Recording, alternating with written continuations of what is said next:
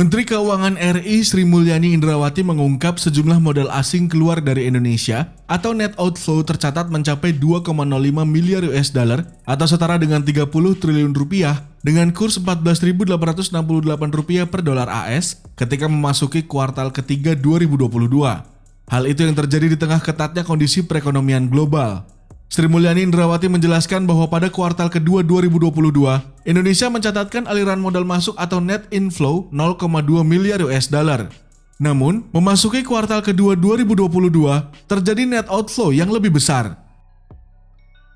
Memasuki kuartal ketiga 2022 yaitu pada Juli 2022 hingga 28 Juli 2022 ini, investasi portofolio mencatat net outflow 2,05 miliar US dollar. Hal ini sejalan dengan ketidakpastian pasar keuangan global yang masih tinggi, ujar Sri Mulyani dalam konferensi pers KSSK Senin 1 Agustus 2022.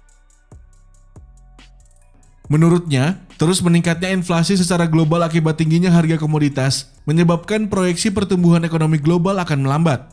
Sejumlah pihak seperti International Monetary Fund atau IMF hingga Bank Dunia menurunkan proyeksi pertumbuhan ekonomi global 2022 dari target semula. Untuk menghadapi kondisi itu, lanjutnya, berbagai negara terutama Amerika Serikat pun memperketat kebijakan moneternya dan menaikkan suku bunga dengan lebih agresif. Pemulihan ekonomi Amerika Serikat memang menjadi tertahan, tetapi Menkyu mengakui bahwa hal tersebut mempengaruhi terjadinya penarikan dana dari negara berkembang oleh investor, termasuk Indonesia.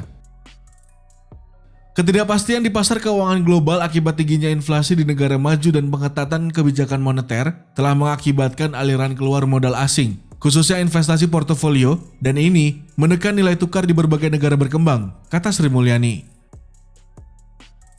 Meskipun begitu, Sri Mulyani masih optimistis bahwa kinerja ekonomi kuartal kedua 2022 tetap kuat. Perbaikan perekonomian domestik menjadi pendorong utama di tengah gonjang-ganjing kondisi global.